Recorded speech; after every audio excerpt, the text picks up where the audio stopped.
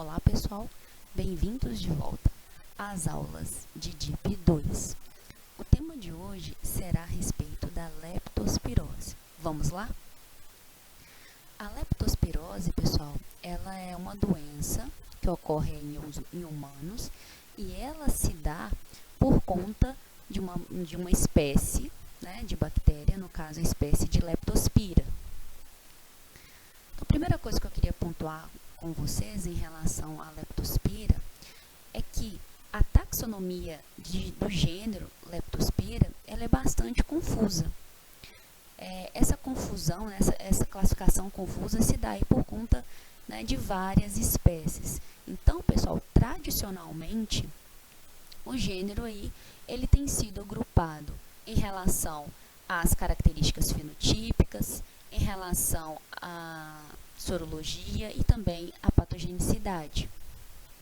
Por conta disso, as cepas patogênicas, elas foram agrupadas aí na espécie Leptospira interrogans, como estou apontando aqui para vocês, que se a gente faz a pergunta se a cepa é patogênica e a resposta é positiva, a classificação, né, o agrupamento aí se dá através da espécie Leptospira interrogans. Se a resposta for negativa para essa pergunta, nós falamos aí então que nós temos a Leptospira biflexa. Então, pessoal, embora esse esquema que eu acabei de apresentar para vocês de classificação, ele exista na literatura, ele não é coerente com a análise aí dos ácidos nucleicos, que sugere, então, a subdivisão do gênero em 3 outros, contendo, então, 17 espécies no gênero Leptospira. Por conta disso, para evitar essa confusão, as leptospiras, então, são referidas como patogênicas para humanos, né, ou não patogênicas, sem referências aí a espécies ou sorotipos. Em relação à fisiologia e à estrutura, as leptospiras são espiroquetas, espiraladas e delgadas,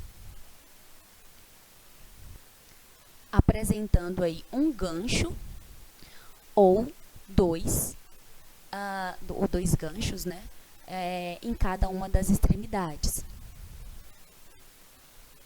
como vocês podem observar nas imagens que estão apresentadas aqui. Em relação à motilidade da leptospira, a gente pode falar, então, que elas são móveis, né, primeiro ponto, e que a motilidade ela vai ocorrer aí por 2 flagelos periplasmáticos que eles se estendem por toda a superfície bacteriana e são ancorados aí nos extremos opostos. Essas bactérias são gram-negativas. Além disso, a gente pode, né, pontuar que elas são aeróbios estritos, com temperatura ótima aí de crescimento, variando em torno de 28 a 30 graus. E o crescimento laboratorial, uma vez que ela pode ser cultivada, ele pode acontecer caso nós tenhamos aí meios suplementados com vitaminas, ácidos graxos de cadeia longa principalmente, e sais de amônio. Então, o significado prático disso é que esses organismos, né, as leptospiras, elas podem ser cultivadas em um meio específico a partir de amostras clínicas coletadas de pacientes infectados. Porém, isso não é comum, né, comumente não é feito. Por quê? Porque normalmente o crescimento é extremamente longo e demorado e por conta disso o diagnóstico se dá por meio da sorologia, como a gente vai ver mais à frente.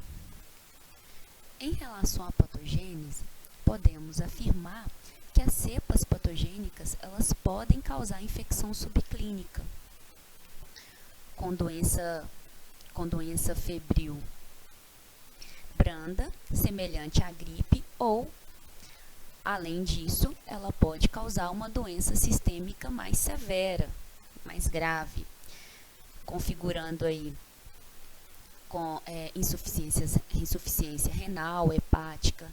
O indivíduo pode apresentar também vasculite extensiva, miocardite e, pior situação, desfecho até a morte. Além disso, pessoal, a gravidade da doença, ela vai ser, né, ela pode ser influenciada pelo número de organismos infectantes.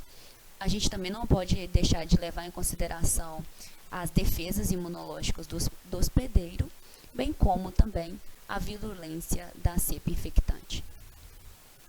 Se levarmos em conta a morfologia das leptospiras, a gente pode observar que elas apresentam uma facilidade aí para penetrar as membranas, né, mucosa ou pele infectada, através aí de pequenos cortes ou até mesmo abrasões. Por conta disso, ela pode disseminar-se no sangue para todos os tecidos, incluindo aí o sistema nervoso central.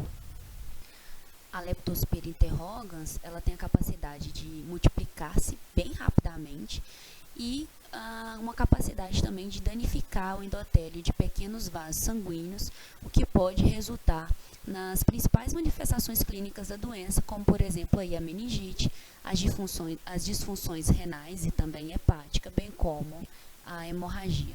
Em relação à imunidade, podemos colocar que a eliminação das leptospiras ocorre quando se desenvolve a imunidade humoral, porém, algumas manifestações clínicas aí podem ter origem nas reações imunológicas. Um exemplo disso, a meningite, ela só se desenvolve depois das leptospiras terem sido removidas aí do líquido cefalorraquidiano. E um outro exemplo que a gente poderia colocar é que os complexos imunes, eles podem, né, por vezes, aí, serem detectados em lesões renais. Um outro ponto que eu gostaria de colocar para vocês, e que eu acabei pulando aqui na ordem dos pensamentos, é que a leptospira ela pode ser encontrada no sangue e no líquido cefalorraquidiano no início da doença e também pode ser detectada na urina aí durante as fases mais posteriores.